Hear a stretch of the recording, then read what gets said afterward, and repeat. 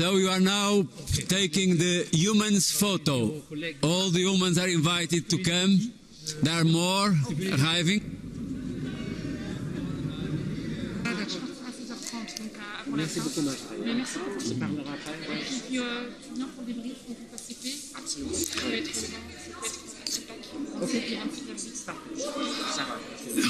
On doit partir. Non, d'abord, maintenant, c'est là. No gender equality photo.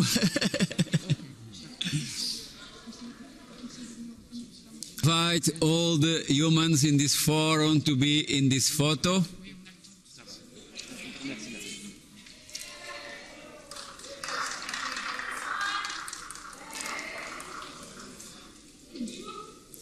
And now everybody.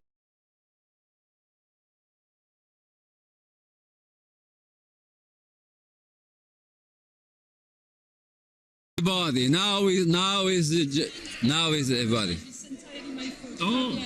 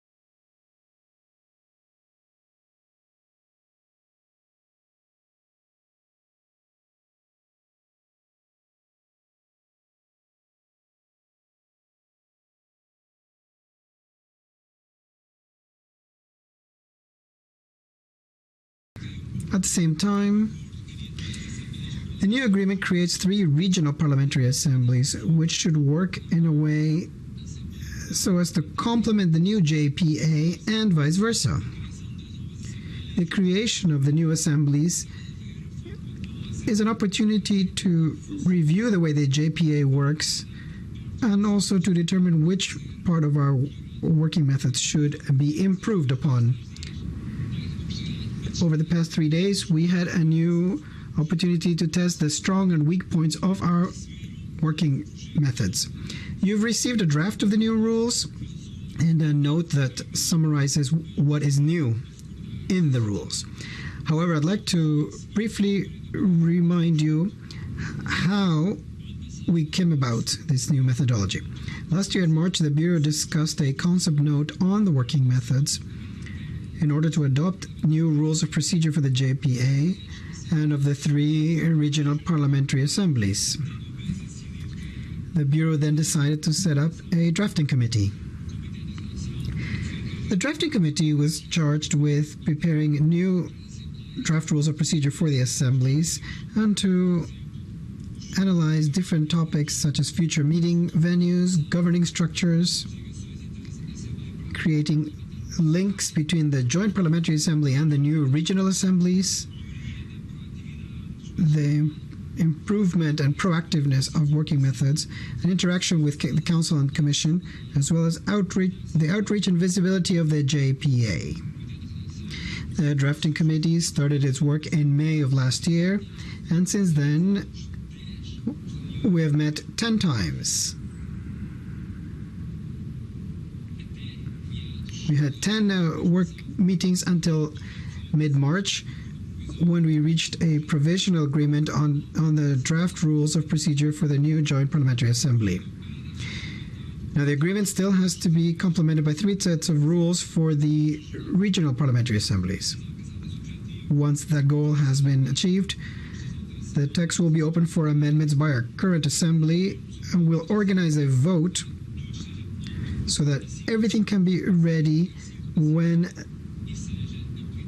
the new partnership agreement has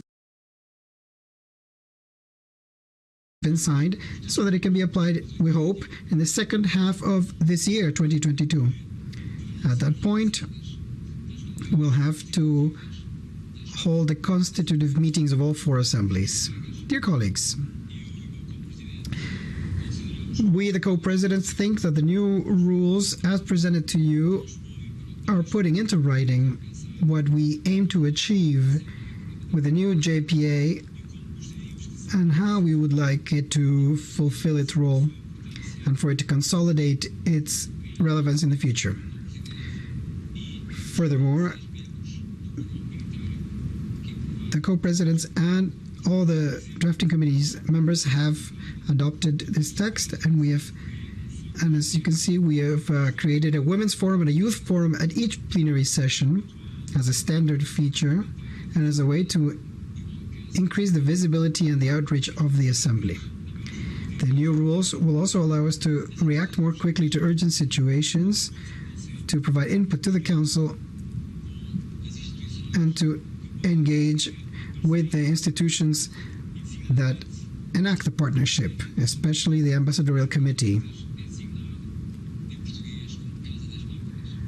I see that in my Portuguese notes, they've translated this as the machine room. Let me also add that, in line with the new agreement, the rules ensure that we are an assembly of members of Parliament and that it will be the members of Parliament who drive the proceedings and the debates. Having given you that introduction, I'll now give the floor to MPs, then to the Commission. I'll start with the members. So we'll start with Michael Galler for 5 minutes. Thank you very much, dear co-president. Dear colleagues, I think what we are presenting here today, an adequate adaptation of what we have had in the previous framework.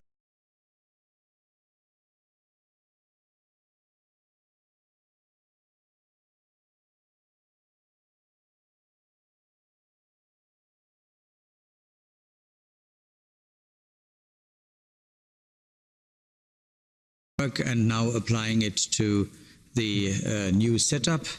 Indeed, we have to care specifically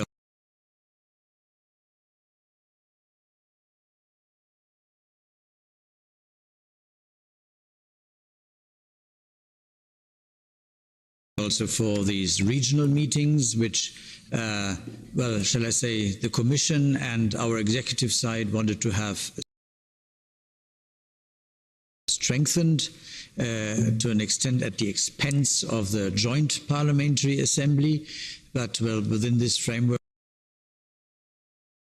I think we can still make the best of it and give the regional assemblies also their specific flavor according to the respective regions where they can come up, and I think we have provided for that in a sufficient way.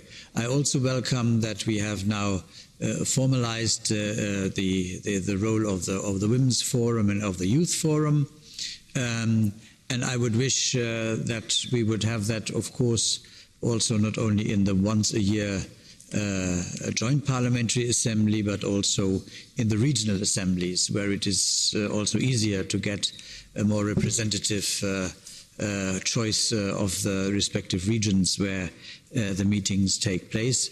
And I'm confident that we will have then on the spot a great variety of representatives who reflect the diversity also of the youth and the organized youth and the organized women's organizations in our societies. I think we did not reinvent the wheel. It was not necessary to do that, especially when it comes to the ways we are voting in the Joint Parliamentary Assembly and in the regional assemblies. Insofar, that is more or less something of the same that we have seen thus far. And my prime concern is not the way that we vote, but that we are sufficient people who vote.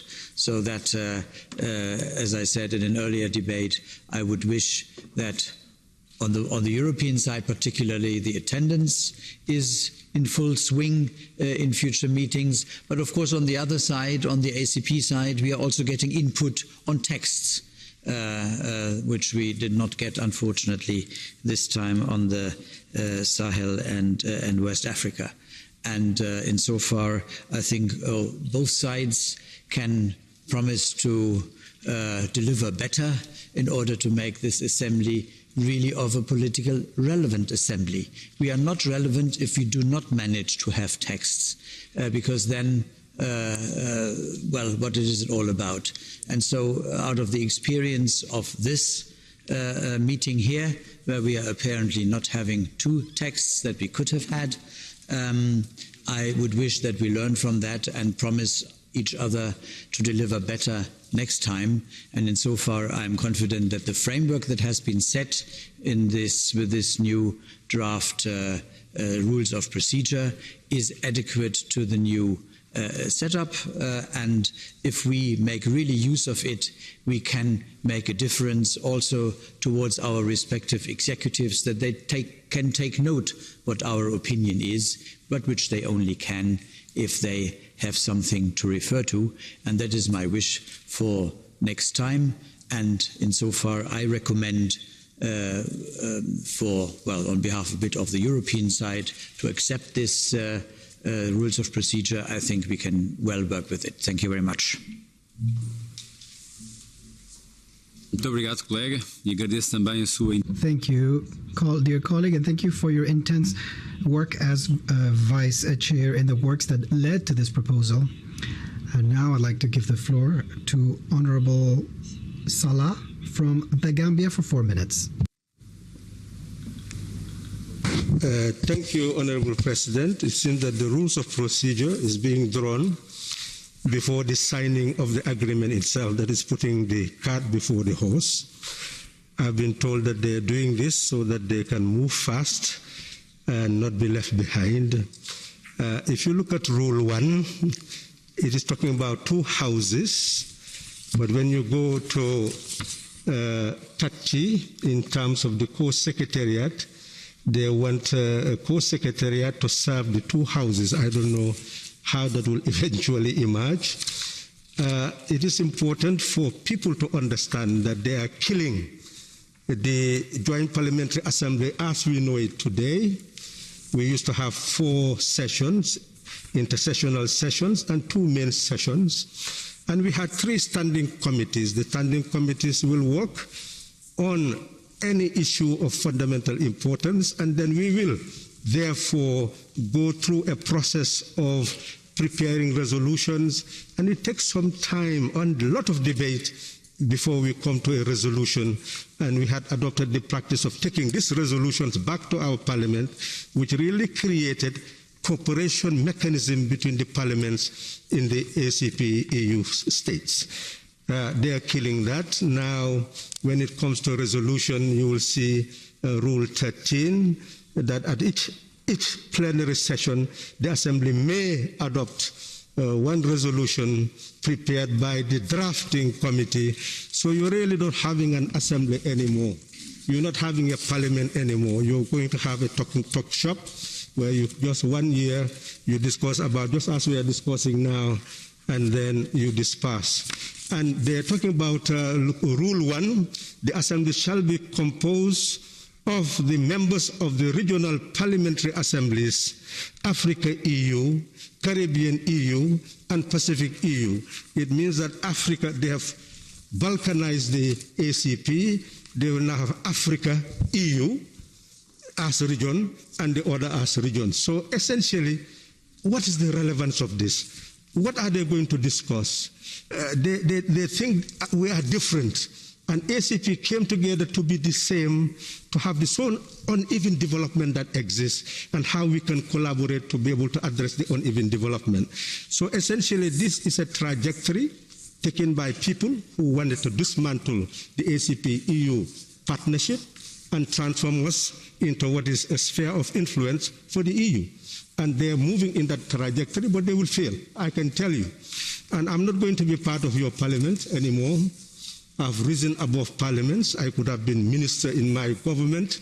I could have sought to be speaker in, but I rejected all posts in my government to be an ordinary MP after our transformation so that I can serve as oversight. Now I'm going to move further to call Africa so that we can have eminent personalities in Africa that can come together to have oversight over our governments, because they are failing. They are failing to serve us. And we must have people who must now build up that trajectory so that our strength will be the basis of our partnership with others. We have all the wealth in the world, the minerals, the oil, everything is in our African continent. Why should it play second fiddle? And of course, we are going to build the OACP Parliamentary Assembly, and look at what it is saying. The Parliamentary Assembly is to be regularly informed by the Council of Ministers and the OCP Secretariat on the decisions and recommendations adopted and their implementation schedule. The Parliamentary Assembly shall be composed of 1 member of each parliamentary house of each member state of the ACP. That's the Parliamentary Assembly we want. We must now leave this hall and go and build it, and sit with Europe and we negotiate on what type of joint parliamentary assembly we should have. That is the future trajectory of the parliament. We'll save the Parliamentary Assembly of Europe. You've seen how rich our debate is. You are knowing our minds. We are knowing your minds. We would have shaped the world. Thank you. You run out of speaking time. I'm not going to comment. I'm just going to say that, to remind you that the JPA as it exists will be created. We will have 3 new regional parliamentary assemblies within the framework of the Post-Cotonou Agreement. Now I'll give the floor to my colleague Hannes Heide for 2 minutes. Herzlichen Dank, Herr Prob. Thank you, Co-President, dear colleagues. I would like these new rules of procedure to help our Assembly develop and strengthen the parliamentary side of the partnership. It's been difficult to do this over the past 2 years with COVID. We've actually even been prevented from that. We haven't been able to meet each other in person and have these discussions. And we know that perhaps to reach good results, sometimes you need to have meetings outside the official sessions. I am cautious here about these new rules of procedure and whether or not we'll have the resources to strengthen the structures. I hope that we will be able to strengthen them. I do welcome these new texts, and I hope that it will mean that we will have more intensive discussions as well, and I hope that we'll be able to go into the specifics of regional challenges in more detail. And I do hope that there will be more dialogue with civil dialogue, and I think that it is good that we have this youth forum and the women's forum as well. And gender parity is something that is laid down in the text now, and that should be in both of the houses. We have been able to see how inspiring it is when young people can take the floor. They are the future, and they should have the chance, they must have the chance to make their contribution as well and to help shape things. And so from that perspective, I am looking forward to lots of meetings in person in our European, African, Pacific and Caribbean communities. Yes, sometimes it is difficult to try to find agreement between so many partners, but we do need to be ready to try to find these clear positions. And so that's why we need to do everything we can to set the example here for the way in which we can work together and cooperate. Thank you. Thank you, dear colleague. Microphone, please, for the speaker. Thank you, dear colleague. And now I'll give the floor to Marie-Pierre Vedren for 3 minutes. Merci, messieurs les co-présidents. Thank you very much, co-presidents. 20 years after the Cotonou Agreement, we are all pleased to be able to help strengthen the democratic aspect of our partnership. Some people may have been tempted to get rid of this assembly, but we together, members of Parliament in Africa, the Pacific and the Caribbean and Europe, have taken action to preserve this essential multilateral framework for discussions. A real partnership would be a win-win partnership, and it must be one that is backed by stronger parliamentary cooperation, and I think that this joint parliamentary assembly is a victory in itself.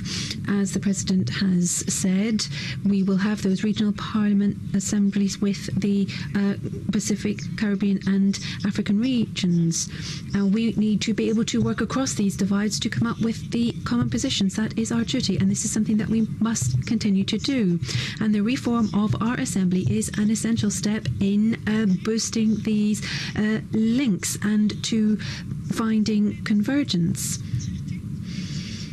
And this is important for our assembly as a whole. It's also important for the regional assemblies. We need this constant dialogue, as others have mentioned. It will mean that we can face these global challenges, because if you look at the current affairs, you see that it is the same reality for everyone, whether that be fighting climate change, tackling COVID, or rolling out the Global Gateway project in Africa.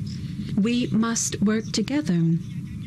And the creation of a win-win partnership between the members and the EU countries must be one of our key objectives when it comes to looking at sustainable development, and development that is economic and social, and one that works for everyone. That's what unites us, and that's what we agree on. So this partnership needs to work with the regions and as a whole. We were talking about our work, we were talking about the reforms, and now we actually need to ratify all of the decisions that were taken. And here I would call on the Council and the Member States in particular to make sure that we have this ratification process, because it is essential. Thank you. Thank you, dear colleague. And now I'll give the floor to Honorable Eda Mukabagwiza from Rwanda for 4 minutes. Merci, Monsieur le Co-Président. Monsieur le Co-Président. Thank you, Co-President. Dear Co-Presidents, I would like to ask for a point of clarification about the rules of procedure. You will agree with me that normally a parliament has members and it has a body, it has its committees, and then it has its plenary session. And the plenary session is a debate, or it's the place where you take decisions on the work done by the committees. And when I look at what is presented here in these rules of procedure, it looks like perhaps the committees have been removed. So I'm just trying to understand what the approach was here and what the approach by the drafting committee was. What about the work done by the committees? Was there the feeling that the committees were not producing good work or the results that we had expected? Was that the reason for getting rid of them? Because if you have a parliament and if you really want to keep a parliament, as we've been talking about, even if you have those regional parliamentary assemblies, I think that it's very important that the committees are kept as well, because most of the time, well actually all of the time, the plenary sessions for the assemblies, of any kind of assembly, is based on the work done in the committees and the debates in the committees. So I'm just wondering about the future here.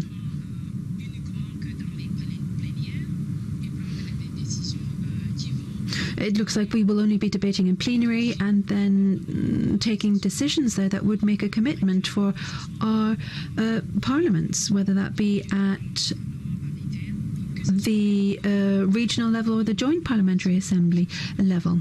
And that's my question. Thank you.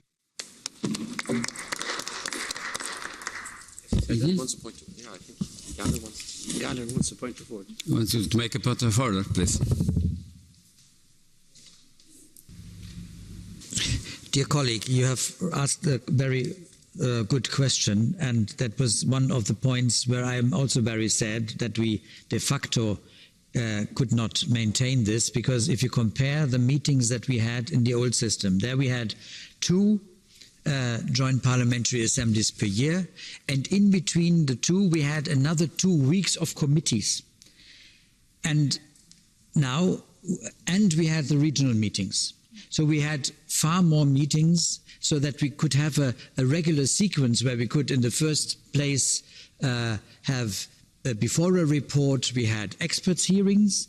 Then in the next round, we had a draft report, and finally, then we voted on the report itself. Now, having been skipped of the second JPA and having no committee weeks foreseen, also attached with in between bureau meetings that were in the same week, then having not this opportunity, it wouldn't make sense to have once a year the possibility to do that. And so the idea is rather that in the regional meetings topics are taken up, and around this topic those colleagues interested would form an ad hoc committee de facto who deals with the issue, and then, so to say, perhaps a day before the plenary that takes place annually, the 3 regions who have then perhaps 3 reports would sit for finalizing this and then put it on the next day or during this plenary into the plenary and present it. So that in a way one can save a little bit this committee work, but as de facto there is not much in between. We had to do it this way. It makes no sense to have permanent committees established when there are so few meetings. I personally regret that very much, but in order to save a bit, the idea is as I described. That's where we are.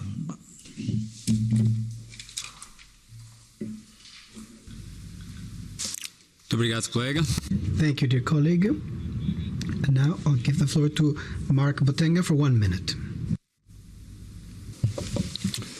Merci. Thank you. So we have the rules of procedure here for this new partnership.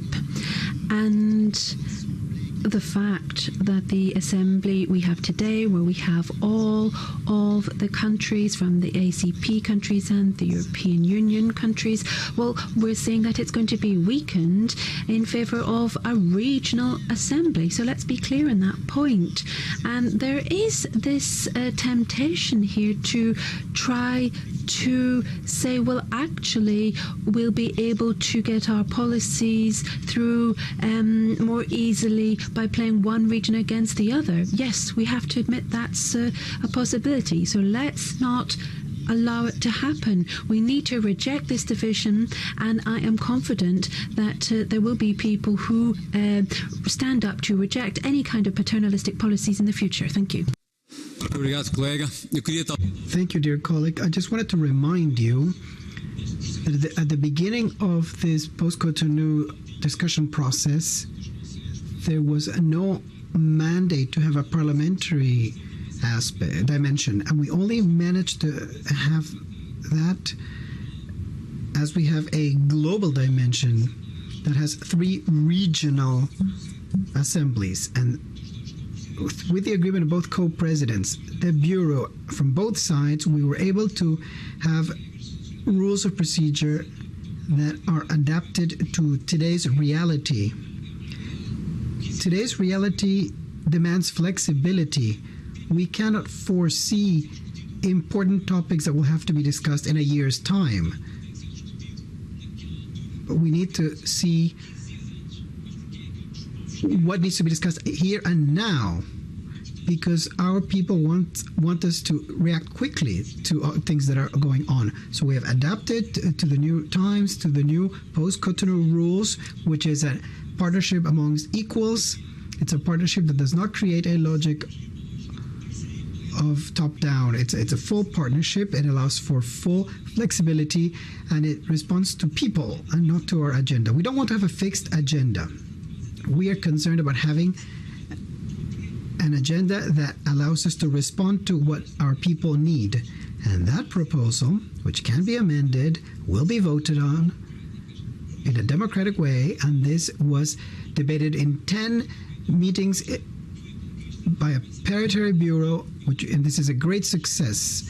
And instead of celebrating this, I'm sad to see that we are actually looking down on what has been achieved. Now the floor goes to Clifford Andre from the Seychelles for 4 minutes, please. Mr. President, I would yield the floor. Thank you. And now, Maria Arena for 2 minutes. Merci, Monsieur. Thank you, President. I'm not going to get into the debate that has just taken place.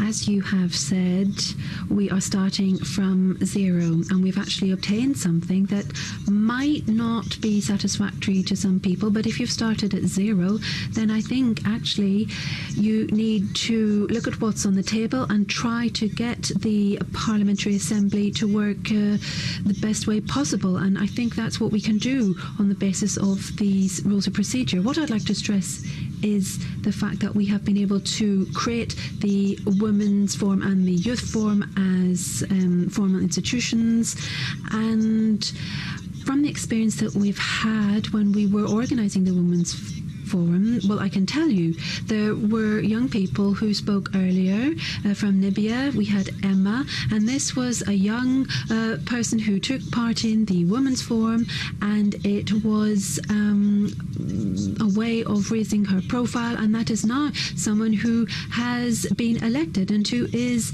a member, who is a minister. And so I think this really is something that we should welcome and be pleased about. And one thing that is very important to me in this text is that the bureaus of the different meetings can be joint bureaus, mixed bureaus. So systematically we are asking for the share of women. So usually when you're talking about these gender mixed joint, quite often you forget about women, and so this means that there shouldn't be one bureau that wouldn't have at least one person of the opposite gender. And so when it comes to the Women's Forum, we'll actually be opening that bureau for men. They need to be represented as well. So that is one of the things that we are doing in the framework of this text. Thank you, colleague. And with that reference to one of the very important spaces that have been given in this proposal, in the creation of a youth forum, as well as a women's forum, the adoption of principles of neutrality and gender equality. With that intervention, we will finish this debate. I'd like to tell you that, of course... Oh, is there somebody else on the list? Okay. Colleague Lamini was... Yes, our colleague Ramini, you have the floor. From Eswatini, 2 minutes. Thank you, Mr. President, for giving me the opportunity to pose this question. Mr. President, the new OACP-EU Partnership Agreement provides for 3 regional parliamentary assemblies: Africa, Caribbean, and the Pacific. Members of the regional assemblies are expected to be the same for the OACP-EU Parliamentary Assembly. In other words, the regional parliamentary assembly will together constitute the OACP-EU Parliamentary Assembly. In the case of Africa, there are sub-regional parliaments and a continental parliamentary body. My question is, how is the African Parliamentary Assembly planned to operate in terms of administrative and secretariat support? Will the secretariat be the same as the one for the OACP-EU based in Brussels? I ask because I do not believe that the existing parliamentary bodies in Africa are suited to become the EU-Africa Parliamentary Assembly because they have a different mandate and priorities. Imposing on them an additional responsibility may not be prudent or pragmatic. In addition, when are the rules of procedure for the regional assemblies expected to be prepared, since this has been adopted six months after provisional application of the new agreement? I thank you. Thank you, dear colleague. Of course, this regime will lead to a different internal work for the secretariats, and of course it will also inspire the regulations of the regional assemblies. Our colleague from Togo wishes to take the floor. Sorry, I don't have your name here, but you have 2 minutes. Delegate from Togo.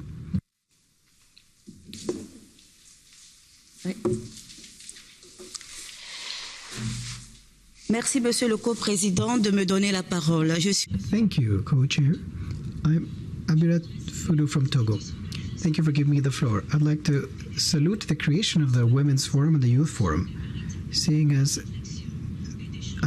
hoping that this will be a place for reflection and where we can really think of the problems of women, and as well as how to increase their level of representation, their autonomy, and their rights. In order to achieve this, we're going to have to organize 2 secretariats in cooperation with the authorities of the host countries.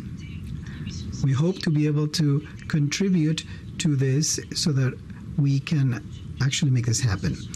Today, whether we speak of parity or not, many sectors are trying to rebalance the makeup of their leadership to have more women's representation.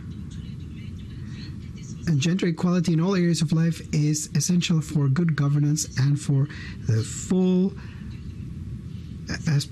achievement of our aspirations of sustainable development.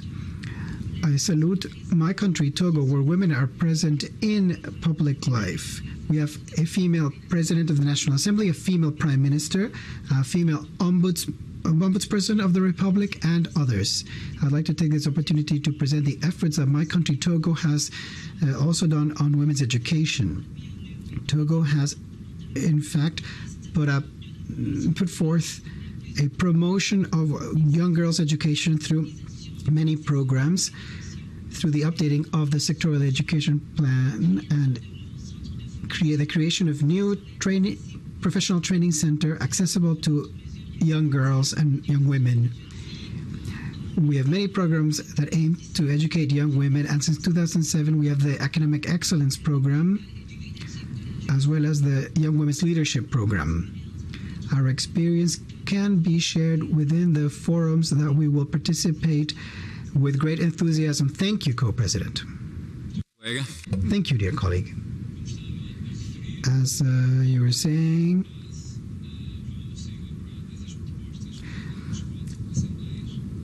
as I was saying, now, based on this draft, all 4 assemblies will have to be created. We will organize, of course, democratic vote. There'll be time for amendments, but we'll do it democratically as we always do it in our assembly. In this way, we finish our point. The co-secretariats will inform you as things develop.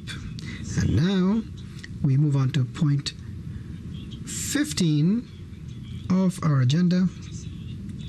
Votes on motions for a resolution. Before we vote, even though we have an electronic voting system, it has not been activated, so we're going to use our usual voting system. Every one of you has 3 cards. A green with a plus, which means in favor, a red, well, orange, I don't know, it looks orange to me. It has a minus and it means against, and a white one with a 0 or an O and it means abstention. So, you've all received these cards. Each member needs to raise the appropriate card. I will ask who votes in favor, against, and abstain, and you will, in favor, you will raise the green one, for against the, what I call the orange card, and for abstaining, you will raise the white card. I've been informed by the Secretariat that no requests have been made for vote splits, so there's no need for secret ballots. So we'll have open voting in one house, and they'll be public. So if there are no further comments or any points of order, we can move on to vote on this urgent resolution to enhancing the resilience of small island development states against climate change and natural disasters. So we will proceed according to the voting list. So I need some help from the Secretariat here. At the same time, I have to follow the Secretariat list and my political group list. So we'll start voting. First point of voting. Just one moment, let me get the right page.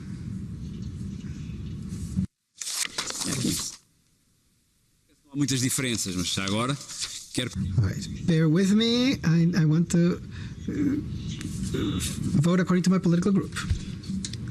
So first vote, paragraph 1, amendment 16. Who is in favor? Please raise the green card.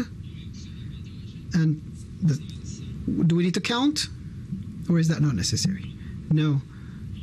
Okay. Is there anyone against? Is there anyone abstaining? Well then, unanimously approved. Paragraph 2, Amendment 17. Who is in favor? Who is against? Any abstentions? Okay. Paragraph 3, Amendment 18, in favor? Who is against? Any abstentions? Approved unanimously. And one more paragraph. Amendment 19. Who is in favor? Who's in favor? Just in favor, please. Please, can we count those in favor, please?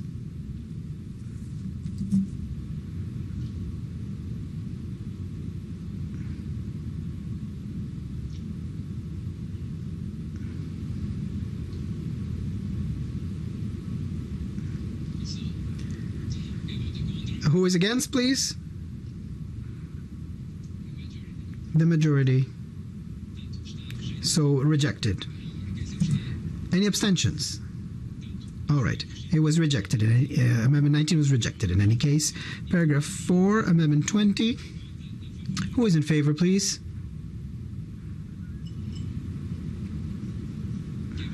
Who is against? Any abstentions? Approved by majority. Paragraph 5, Amendment 21. Who is in favor, please? Well, no need to count. Who is against? Abstentions? Rejected. Amendment 22 was removed. Paragraph 6, Amendment 23. Who is in favor? Who is against? Any abstentions? Approved. Paragraph 7, Amendment 24. Who is in favor?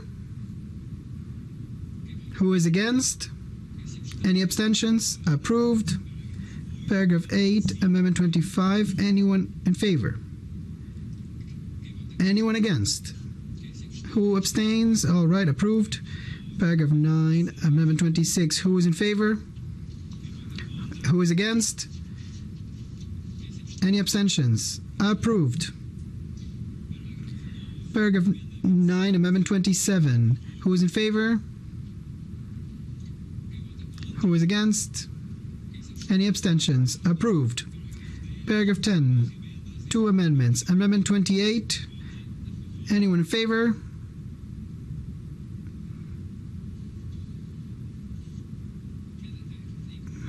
I think there's a problem here. Just one moment, please, says the speaker.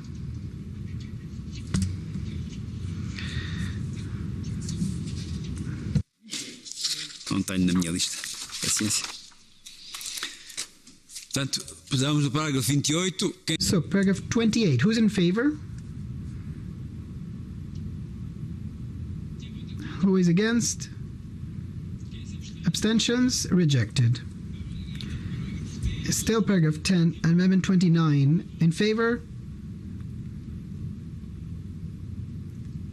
Against? Abstentions? Approved. Paragraph 11, Amendment 30. Who is in favor? Who is against? Abstentions? Approved. Paragraph 12, Amendment 31. Who is in favor? Who is against? Abstentions? Approved. Paragraph 12, Amendment 32. Who is in favor? Who is against? And abstentions? Approved. Paragraph 13, Amendment 33. Who's in favor? Who is against? Abstentions? Approved. Paragraph 14 in 2 parts. Amendment 34. Who's in favor? Who is against? Abstentions? Approved. Amendment 35. Who's in favor? Who is against? Abstentions? Approved. Paragraph 15, Amendment 36. Who is in favor? Who is against? Abstentions? Approved. Amendment 37 in favor. Who is against? Abstentions? Approved. Now we'll go to paragraph 16, Amendment 38. Who is in favor? Who is against? Who abstains? Approved. Paragraph 17, Amendment 39. Who is in favor? Who is against? Who abstains? Approved. Paragraph 18 in 2 parts. Amendment 40. Who is in favor? Who is against? Abstentions? Approved. Amendment 41. Who is in favor? Who is against? Abstentions? Approved. Paragraph 19. Amendment 42. Who is in favor? Who is against? Abstentions? Approved. Paragraph 20. Amendment 43. Who is in favor? Who is against? Abstentions? Approved. Paragraph 21 in 3 parts. Amendment 44. Who is in favor? Who is against? I think it's approved. It is approved. Amendment 45. Who is in favor? Who is against? Who abstains? Approved. Amendment 46. Who is in favor? Who is against? Who abstains? Approved. Paragraph 22, Amendment 47. Who is in favor? Who is against? Who abstains? Approved. Paragraph 23, Amendment 48. Who is in favor? Who is against? Who abstains? Approved.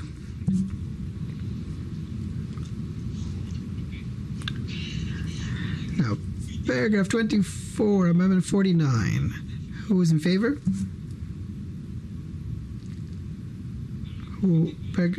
24, 49. Who is against? Rejected. Paragraph 25, Amendment 50. Who is in favor? Who is against? Who abstains? Approved. Paragraph 26, Amendment 51. Who is in favor? Who is against? Who abstains? Approved. Now we'll move on to the recitals. Recital C, Amendment 6. Who is in favor? Who is against? Who abstains? Approved. Amendment 7. Who is in favor? Who is against? Who abstains? Approved. Amendment 8. Who is in favor? Who is against? Abstains? Approved. Amendment 9. Who is in favor? Who is against? Approved. Amendment 10. Who is in favor? Who is against? Abstains? Approved. Amendment 11. Who is in favor? Who is against? Who abstains? Approved. Amendment 12. Who is in favor? Who is against? Who abstains? Approved.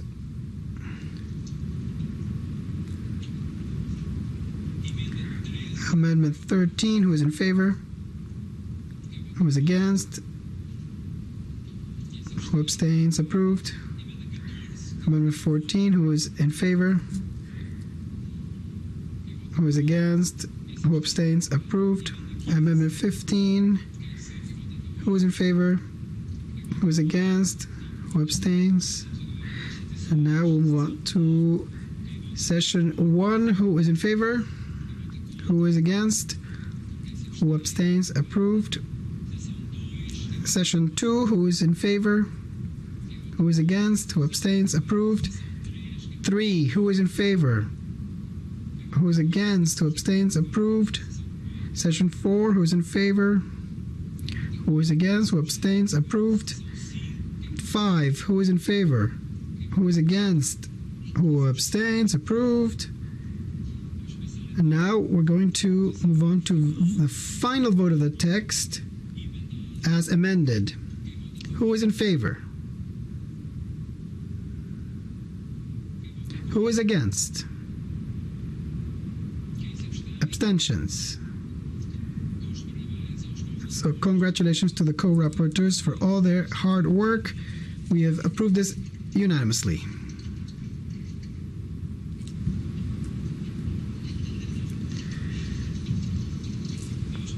Now we can move on to point 16 of our agenda. Summary reports from the workshop. Dear colleagues, we'll now give the floor to the rapporteurs so they can inform us about the visits carried out by the French authorities in April. Now, at least in the EU, I don't know if it's in the ACP is the same, but April 1st is April Fool's Day. But I'd like to, in any case, thank our host for the workshops. The first one was reusing water for saving energy. Then there was a visit to La Wantenau, where the water plant of Strasbourg and Tiago Triadore was headed this visit, and in order to speak to us about it, we're going to hear the rapporteur, Malte Gale. I give the floor to the rapporteur for 5 minutes, please. Yeah, thank you, Co-President. Dear colleagues, it's a great honor to report about our visit. As you all know, we are here in the city of Strasbourg, and I guess like all of us, well, me, for example, this morning I took a shower with a lot of soap and everything, and so, yeah, in such a big city, you can imagine there are enormous amounts of wastewater every day. So for Strasbourg and the region alone, it is like, I think, 66 million cubic meters of wastewater every day, which is like 180 liters per person. So I think we really waste water here. And yeah, we had the honor to visit the wastewater purification plant in Watzenau. It's like 10 kilometers from the city center, right next to the River Inn. And under the presidency of Ms. Traore from Guinea, it was organized by Mr. Dabrowski, and we had a really good and detailed explanation from Mrs. Albane Peter at the site. Yeah, let me just shoot some numbers at you. So like the whole network that goes to this purification plant, it's like 1,700 kilometers long of pipes. So I thought this is really impressive. And yeah, the whole site is on like, I think 17 hectares, so quite big as well. And you can imagine it works like this. So the wastewater comes, and then first of all, it's filtered, so you get out all the diapers and everything that you don't need there. Then they use bubbles to get all the fat out of the water. I thought this was really smart. Then they use sand to get out all the mud.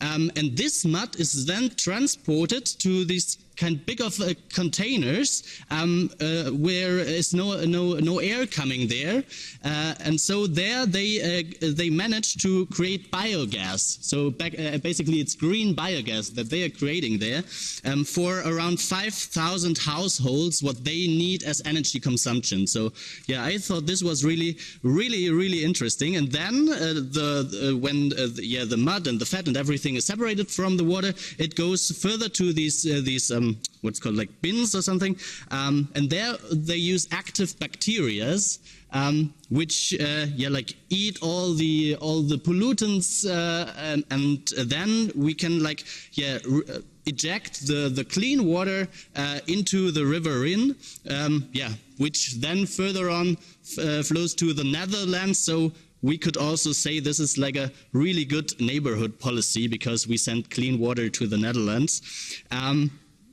And yeah, all in all, I think this visit for us was really interesting. Like not only for me as a member of the German Parliament, but yeah, for all of us, also the ACP colleagues. Like for example, I think we had even 2 mayors in our group from Senegal and Guinea and Mauritius.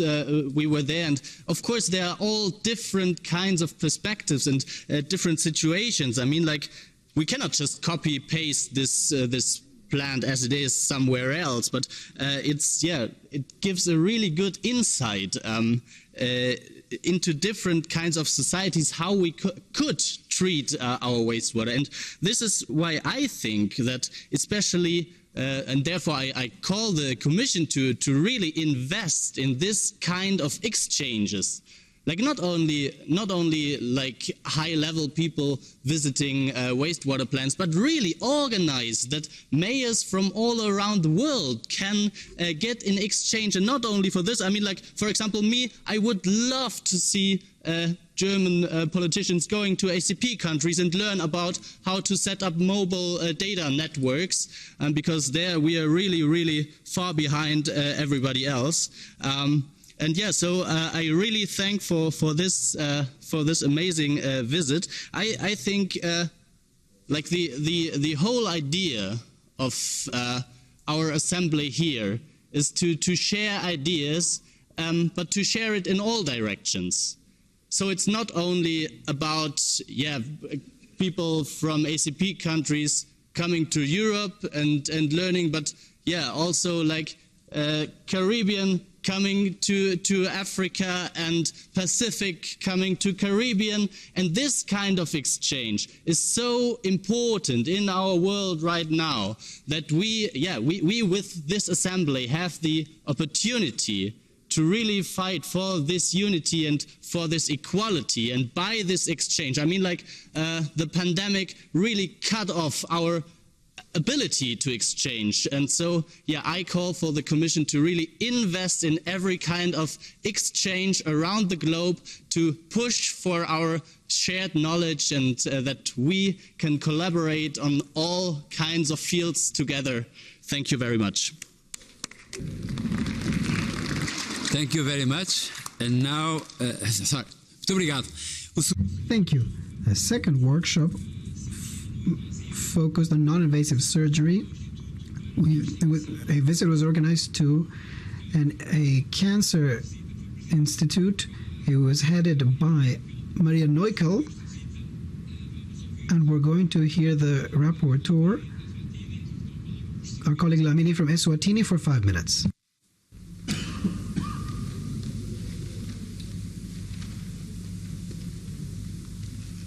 Thank you once again, Mr. President, for giving me the opportunity to present this report on the workshop that we embarked on, the last one at this moment of this agreement before we sign the new one. It is indeed a seminal moment, Mr. President, that I present this very last report on the workshop. The workshop on health, non-invasive surgery and project in Kigali was held at the Institute for Research Against Indigenous Health, Indigenous Cancer. It was chaired by Honorable Pamela Weiss, member of the European Parliament, who introduced the importance of the workshop in improving the lives of participants, particularly Acacia patients. The president of ICAD, Professor Jacques Miracle, made a brief introduction of the history of ICAD, which was started in 1991 in major partnership with Germany, with the main objective of democratizing minimally invasive surgery, MIS. The ICAD carries out innovation and excellence for surgery. It offers an exceptional training facility for over 8,500 surgeons per year, with the involvement of over 800 international experts. During the COVID pandemic, it has offered specific webinars to over 40,000 participants. ICAD is constantly developing its research departments in the fields of computer and robotic technologies applied to surgery. In 2001, Professor Jacques and his team successfully performed an operation from New York on a patient in Strasbourg, the world's first revolutionized surgery, proving that distance was no longer an obstacle. The participants in this workshop also received a live presentation from a laboratory at ICAD, where they were shown new advanced technological instruments and devices for surgery. It was emphasized that these devices require specialized training. Further to this presentation, Professor Marika also underlined the importance of ICAD partnership with industry in his programs. He hoped that in the future, surgery will be automated and that surgeon will be just a supervisor. Dr. Gillian Marika, Vice President of ICAD Africa, then introduced to participants the ICAD International Dimension, and specifically the ICAD Africa, based in Kigali, Rwanda. He noted that the ICAD global success as a research and education institute had led to the construction of mirror centers worldwide, with the same structure as the original Strasbourg-based institute, namely Lebanon, China, Taiwan, the US, Brazil, and Rwanda. The incentive is to allow surgeons from all over the world to acquire the best education in minimally invasive surgery under the guidance of an international faculty of experts. With respect to ICAD Africa, Dr. Maraka informed the participants that Rwanda was chosen as the home of ICAD Africa as it offered an appropriate environment for the following key reasons. The government of Rwanda is committed.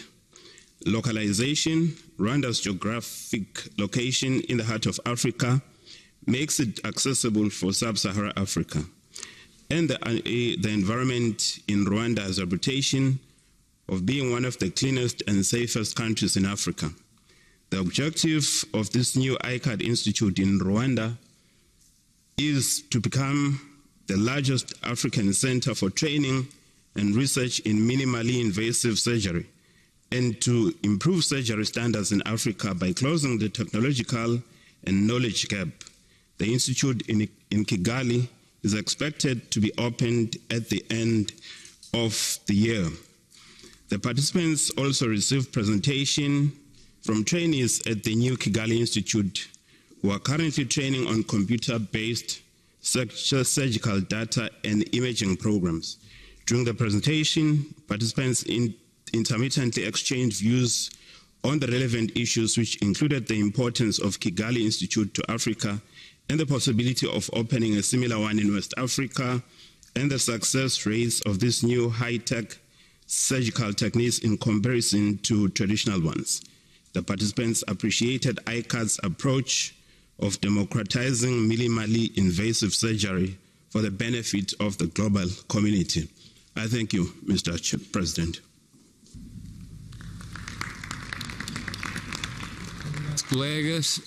Thank you, colleagues. Once again, I'd like to stress my thanks to the authorities and the participants, as well as to the rapporteurs, for the detailed way in which you've told us all about what was possible to learn from these important workshops. We now move on to point 17, any other business. I don't have any request for AOB, so we can move on to point 18. Yes, a colleague wishes to speak under AOB. Please, you have 2 minutes.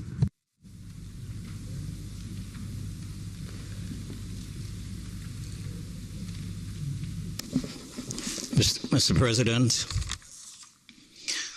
I have been attending these meetings, the JPA, for some time.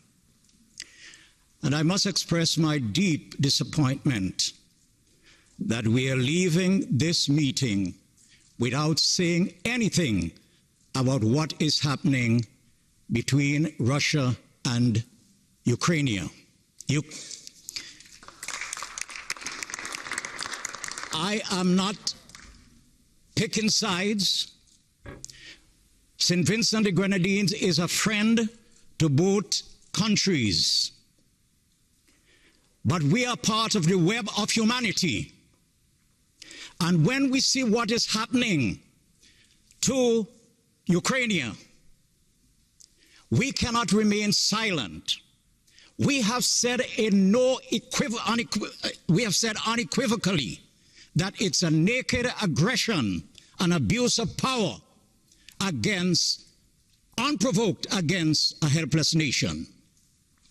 I would speak on behalf of the United Nations, because St. Vincent the Grenadines has been the smallest country in the history of the United Nations to be elected as a member of the non-permanent member of the Security Council for the year 2020 and 2021.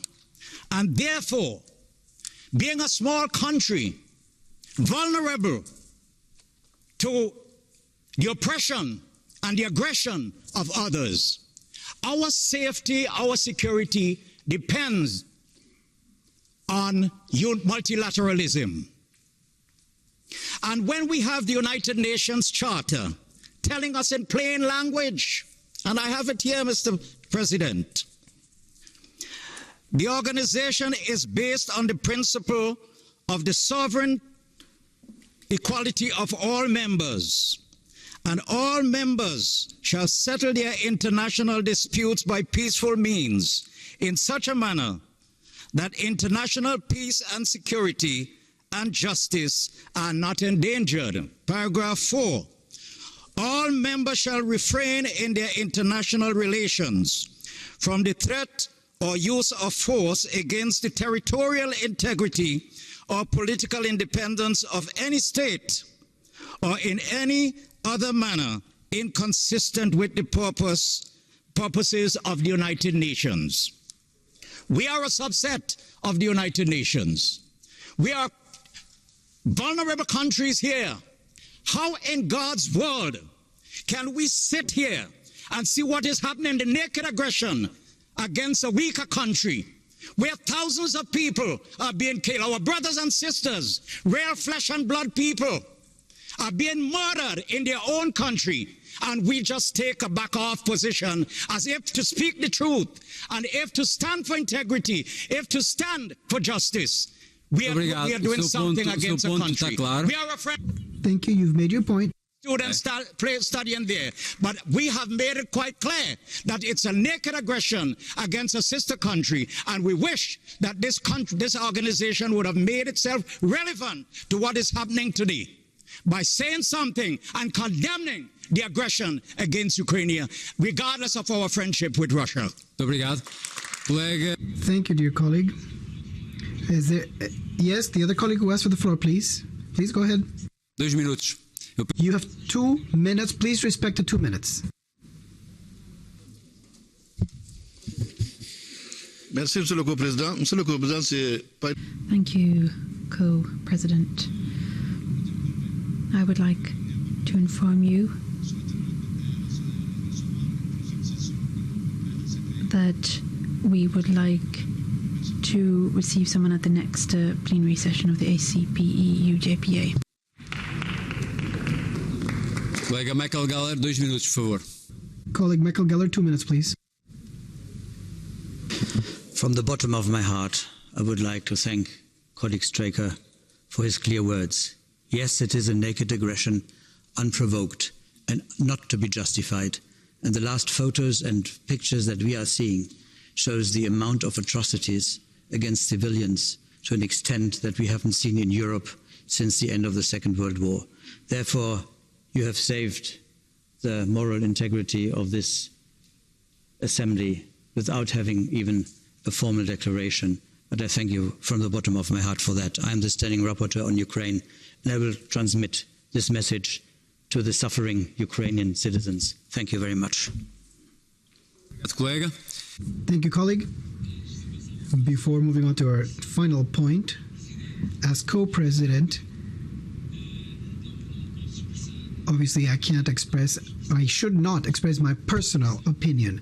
I need to express just the facts. And our agenda was for a debate without a resolution on the aggression of the Russian Federation against Ukraine. We held a free and open debate. All speeches are part of the minutes. Any citizen, a journalist or not, any citizen can consult what was said here. They can verify the tendency of what was expressed here. It's not up to me, but I believe things are clear. From the European side, I didn't hear any opposition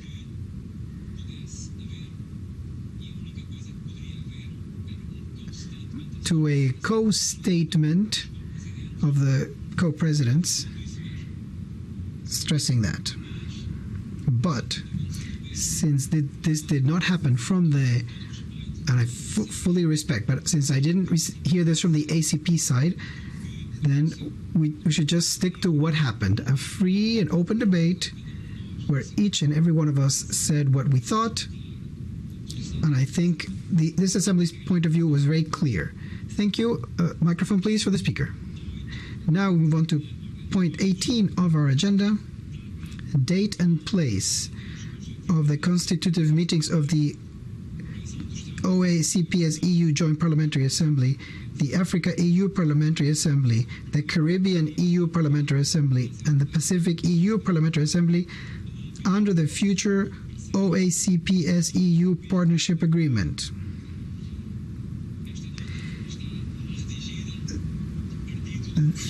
Of course, this is assuming that the new agreement will enter into force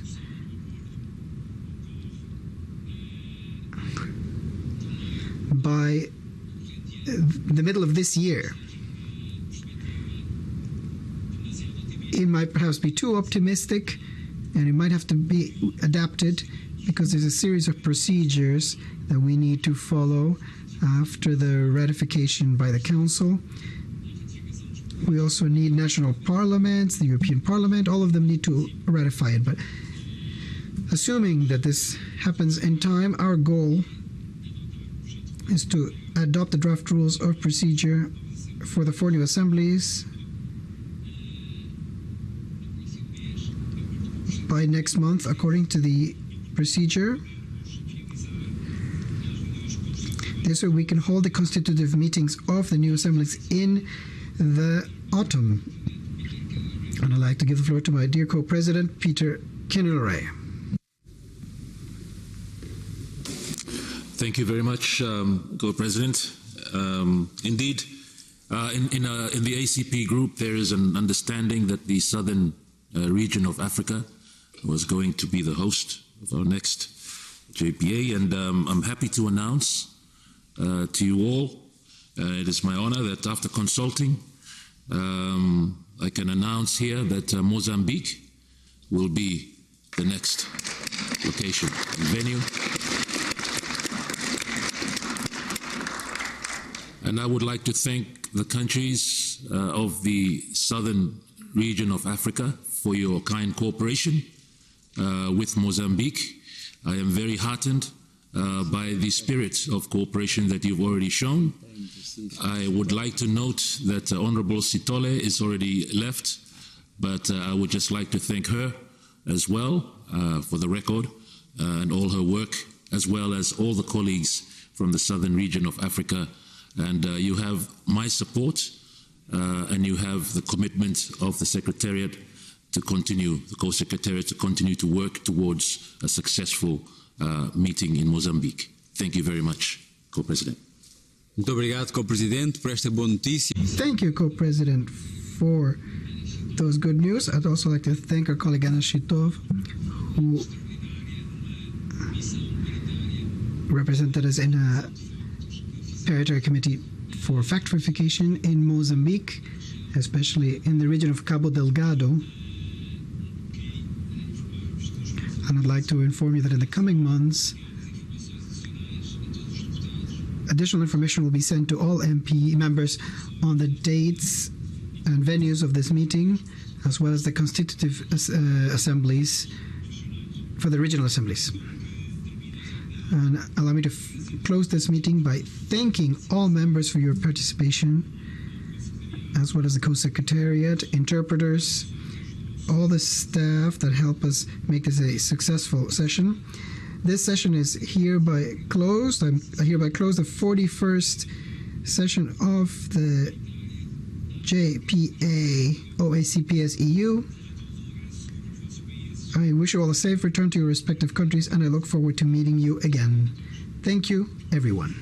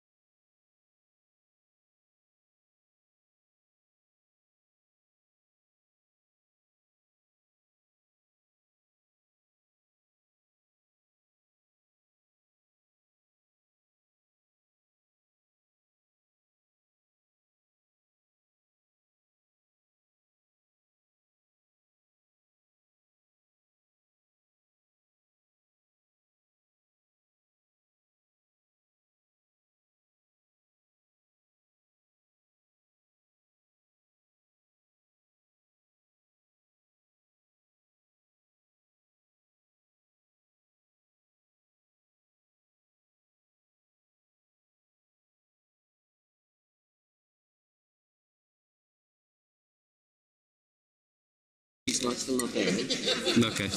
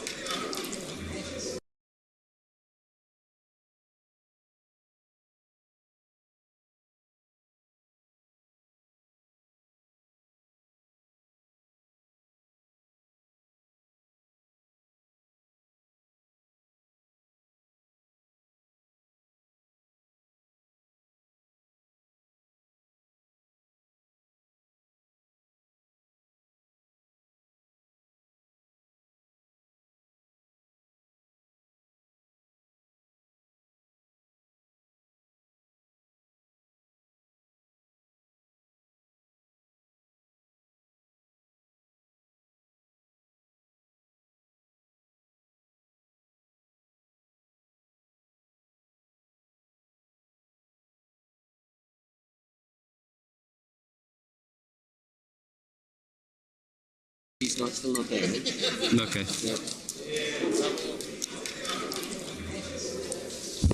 Caros colegas, dear colleagues, depois do momento. So, after the picture, now we can speaker. Now we move on to point 18 of our agenda, date and place of the constitutive meetings of the OACP-EU Joint Parliamentary Assembly, the Africa-EU Parliamentary Assembly, the Caribbean-EU Parliamentary Assembly, and the Pacific-EU Parliamentary Assembly under the future OACP-EU Partnership Agreement.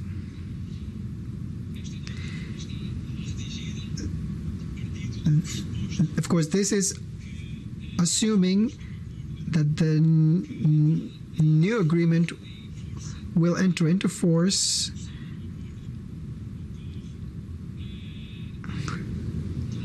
by the middle of this year. It might perhaps be too optimistic, and it might have to be adapted because there's a series of procedures that we need to follow after the ratification by the Council. We also need national parliaments, the European Parliament, all of them need to ratify it. But assuming that this happens in time, our goal is to adopt the draft rules of procedure for the 4 new assemblies